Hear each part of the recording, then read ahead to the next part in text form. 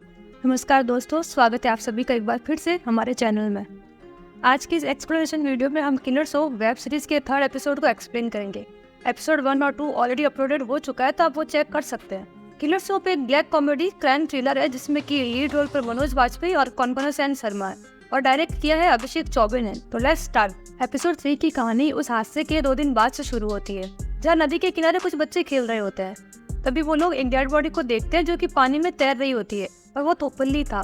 इसके बाद वो अपेक्षा को देखते हैं जो कि अपने पापा की सनराइजिंग कंपनी को ज्वाइन कर लेती है और वह अकाउंटेंट का काम कर रही होती है। वो प्रोडक्शन के कॉस्ट को देख के सरप्राइज हो जाती है क्योंकि 2 करोड़ से भी ऊपर था, वो भी हर डिपार्टमेंट में। अपेक्षा अपने मामा से पूछती है कि पेस्ट कंट्रोल का कॉस्ट 3 करोड़ कैसे आया, जिसपे उसके मामा कुछ नहीं बोलता और वहाँ से चला जाता है।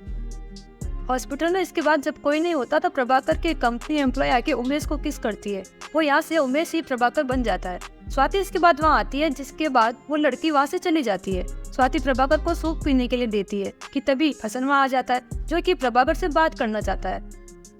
स्वाति हसन को समझाती है कि वो अभी बात करने की हालत में नहीं है। तभी हसन की असिस्टेंट आके उसे कहती है कि थोपल्ली की डेड बॉडी मिली है, जिसके बाद हसन वहाँ से चला जाता है। अरविंद इसके बाद प्रभाकर से मिलने आता है और उमेश के बारे में पूछता है और ये भी पूछता है कि वो तेरे को ब्लैकमेल क्यों कर रहा है। पहले तो प्रभाकर कुछ नहीं बोलता, लेकिन अरविंद जब जोर देता है तब प्रभाकर कहता है कि उसे हमारे धंधे और राइजिंग सन के बारे में पता चल गया था, इसलिए वो मुझे ब्लैकमेल कर रहा था। अरविंद ये सुन के गुस्सा हो जाता है और वहाँ से चला जाता है। सीन फिर नदी के किनारे शिफ्ट होता है जहाँ हसन आके थोपल्ली की डेड बॉडी देखता है। असिस्टेंट हसन को बताता है कि सर डूबने की वजह से इसका मौत हो गया। 2 हफ्ते के बाद अब सर्जरी कंप्लीट हो जाती है। तब हम प्रभाकर को देखते हैं जिसकी एक आंख बिल्कुल पूरी तरीके से जल चुका था और मानो तो वो देखने में एकदम भयंकर लग रहा था। डॉक्टर इसके बाद उसको हॉस्पिटल से डिस्चार्ज कर देते हैं, जिसके बाद स्वाति उसको एक हेडबैंड देती है जिससे कि एक तरफ का आंख को ढका जा सके। हसन पुलिस स्टेशन में अपने सीनियर ऑफिसर का केस को पूरी डिटेल में देता है और ये भी बताता है कि थोपल्ली का नदी में डूब के मरने से मौत हुआ और हमारा अभी सबसे मेन टारगेट है कि उमेश पिल्लई को पकड़ना। घर आने की खुशी में अरविंद बैंड बाजा का इंतजाम करता है और प्रभाकर को घर में वेलकम करता है। अरविंद यहाँ प्रभाकर को एक सरप्राइज देता है जहाँ हम पहली बार प्रभाकर और स्वाति की बेटी सैंडी को देखते हैं, जिसको देख के स्वाति खुश हो जाती है। उधर हसन थोपल्ली के रूम में जाता है उसका सारा सामान पैक करवाने, जहाँ पर उसे कुछ कागज मिलता है जिसमें कि डेट्स के साथ साथ कितना पैसा आया वो भी लिखा था, जैसे थोपल्ली मानो किसी चीज का हिसाब रखता था। इधर डिनर के बाद अरविंद प्रभाकर को साथ में ड्रिंक करने के लिए बुलाता है। पहले तो स्वाति मना करती है, लेकिन फिर अरविंद के कहने पर प्रभाकर चला जाता है। उधर हम अपेक्षा और सैंडी को देखते हैं जो कि आपस में बात कर रहे होते हैं। इधर अरविंद और प्रभाकर जब साथ बैठे ड्रिंक कर रहे होते हैं तब अरविंद उससे पूछता है कि उमेश को अपने धंधे के बारे में कैसे पता चला। जहाँ प्रभाकर बताता है कि वो स्पा में काम करता था तो कितना कुछ हमारा बात सुनता होगा। अपेक्षा के मामा या उमेश पिल्लई को सारा इन्फॉर्मेशन प्रभाकर को बताता है, जहाँ वो बताता है कि उसका नाम उमेश मेहता है और सारा हिस्ट्री बता देता है, जिसको सुन के प्रभाकर भी शॉक्ड हो जाता है। अरविंद जब प्रभाकर से नाडर के बारे में पूछता है तब प्रभाकर इमोशनल होकर रोने लगता है, जिसके बाद अरविंद उसको शांत करवाता है। हसन इसके बाद वही अड्डे में जाता है जहाँ उमेश जाया करता था। हसन वहाँ जाके वहाँ के ओनर से उमेश और थोपल्ली के बारे में पूछता है कि क्या ये लोग कभी इधर आए थे। ओनर बताता है कि उमेश तो आता रहता है लेकिन थोपल्ली कभी इधर नहीं आया। हसन वहाँ ड्रिंक करता है और वहाँ से निकल जाता है। जब वो बाहर आता है तब वो थोपल्ली का बाइक देखता है जो कि अड्डे के बाहर खड़ा था। हसन फिर से रात के वक्त अंदर जाता है, लेकिन इस बार वो नशे में था। वो ओनर से पूछता है कि तुमने थोपल्ली को क्यों मारा, और जैसे ही वो आगे बढ़ता है एक लकड़ी की बोर्ड में पैर लग के वो जमीन में नीचे गिर जाता है और बेहोश हो जाता है। घर में स्वाति सैंडी को समझाती है कि ये सब इतना जल्दी हो गया कि उसे कुछ बताने का मौका नहीं मिला। स्वाति अपने बेटे से कहती है कि थोड़ा टाइम दो अपने पापा को, सब ठीक हो जाएगा।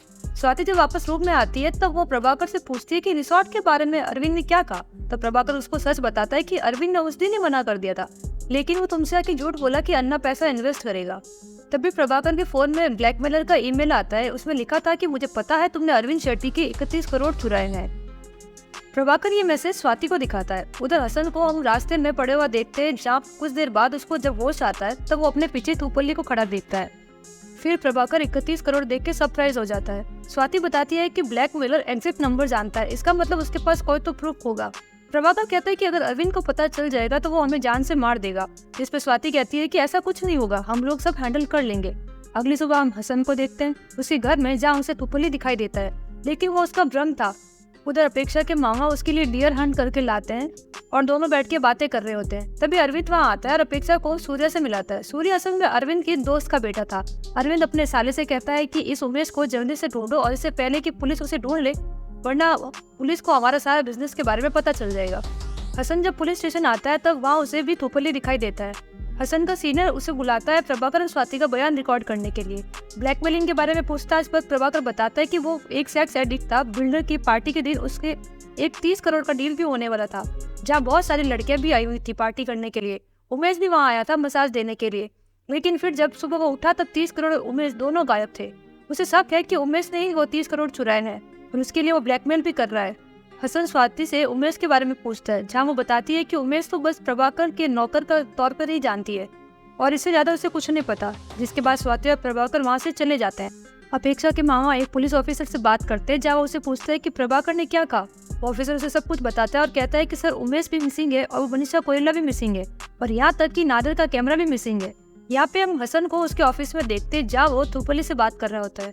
प्रभाकर और स्वाति इसके बाद प्रभाकर के ऑफिस जाती है, जहाँ स्वाति कीर्तिमा से उस 31 करोड़ के बारे में पूछती है जो उन्होंने अरविंद से चुराए थे। कीर्तिमा असल में वही प्रभाकर की पीए थी। कीर्तिमा बताती है कि 31 करोड़ के बारे में मुझे और सर के अलावा किसी और को नहीं पता। स्वाति कहती है कि we don't trust you. Kirtima यहाँ पर उन दोनों को बताती है कि हम लोग बैंकक्रप्ट हो चुके हैं और मैं तो कई महीनों से अपनी सैलरी भी नहीं ली है। कंपनी में बस 1 करोड़ बचा है और इसके बाद तो आपका घर, होटल, कैलिफोर्निया सब बिक जाएगा। स्वाति को यहाँ कुछ समझ नहीं आता। इसके बाद कीर्तिमा स्वाति को लोन पेड करने का नोटिस दिखाती है, जो कि इनकम टैक्स ऑफिसर से आया था और ये सब लोन प्रभाकर ने ले रखा था स्वाति के नाम पे। स्वाति ये सब देख के टोटली सरप्राइज हो जाती है। घर आने के बाद स्वाति प्रभाकर के ऊपर गुस्सा करती है और उसे बहुत कुछ उल्टा सीधा सुना देती है, जिसके बाद उन दोनों के बीच लड़ाई हो जाती है। प्रभाकर यहाँ पर स्वाति को मारने जा रहा होता है कि तभी सैंडी और अपेक्षा वहाँ आ जाते हैं। उधर पुलिस स्टेशन में हसन उस अड्डे के ओनर को लाते हैं और उसको बहुत मारते हैं, जिसके बाद वो लोग बता देते हैं कि असल में उस बाइक को किसी ने उनको बेचा था। स्वाति और प्रभाकर जब घर में आते हैं तब ब्लैकमेलर का एक और मैसेज आता है, जहाँ वो 2 करोड़ मांगता है। प्रभाकर इसके बाद गाड़ी में बैठ के घर की ओर निकल जाता है। गार्डन में सैंडी और अपेक्षा दोनों मिलकर बातें कर रहे होते हैं, जहाँ अपेक्षा सैंडी को किस कर देती है। प्रभाकर कीर्तिमा को कॉल करता है, जो कि एक शो में थी, तो प्रभाकर वहाँ चला जाता है। हसन और उसके असिस्टेंट जंगल में उस आदमी को लेके जाते हैं जिसे थोपली की मोटरसाइकिल चुराई थी, जहाँ वो आदमी हसन से कहता है कि सर मैंने यही से वो बाइक उठाई थी। हसन उन सबको अरेस्ट कर लेता है और अपना एक कुत्ता जंगल में छोड़ देता है। स्वाति जब घर में अकेली होती है तब उसकी टीचर उससे मिलने आती है गेट के बाहर। टीचर कहती है कि मुझे पता है तूने मर्डर किया है, लेकिन मैं पुलिस को कुछ नहीं बताई। मैं तेरे को बचाना चाहती हूँ, मेरी बात सुन के चलेगी तो बचती रहेगी। स्वाति अपने टीचर को बाद में आने को कहती है और फिर वहाँ से चली जाती है।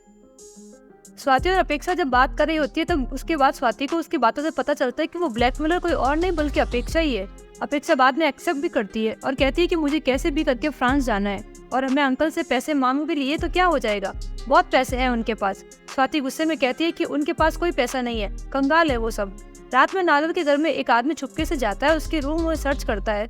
वो आदमी कोई और नहीं बल्कि अपेक्षा के मामा लुकास है। वहाँ सर्च करने के बाद उसे एक लाफिंग पांडा के अंदर से कुछ फोटोज मिलता है और वो फोटोज स्वाति और उमेश की थी, जहाँ वो दोनों साथ में रोमांस कर रहे थे।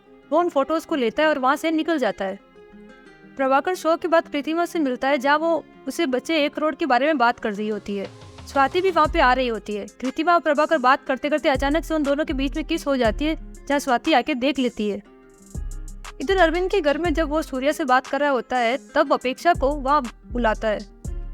लुकास भी वही उन फोटोज के साथ आता है। अब यहाँ बात बात में अरविंद अपनी पत्नी के बारे में कुछ भी बोलता है, जो कि अपेक्षा को पसंद नहीं आता और वो अपने पापा को गुंडा बोल देती है, जहाँ अरविंद उसको एक थप्पड़ मार देता है। अपेक्षा वहाँ से चली जाती है, जहाँ अरविंद उसको रोकने की कोशिश करता है, लेकिन लुकास अरविंद को रोक लेता है और उससे कहता है कि दोबारा ये गलती कभी मत करना। उधर जंगल के अंदर हम हसन और उसके असिस्टेंट को देखते हैं, जहाँ हसन को लगता है कि थोपली ने यहाँ से उसे कॉल किया था और यहाँ कुछ तो जरूर होगा।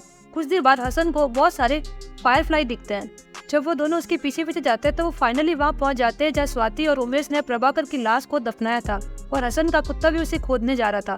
यहाँ पर बहुत सारे फायरफ्लाइज आसमान में उड़ रहे थे, जहाँ हसन थोपली को उनके बीच खड़ा देखता है और एपिसोड 4 यहीं पे खत्म हो जाता है। अगर वीडियो पसंद आए तो वीडियो को लाइक करें, कमेंट करें, हमारे चैनल को सब्सक्राइब करना ना भूलें। Thank you for watching.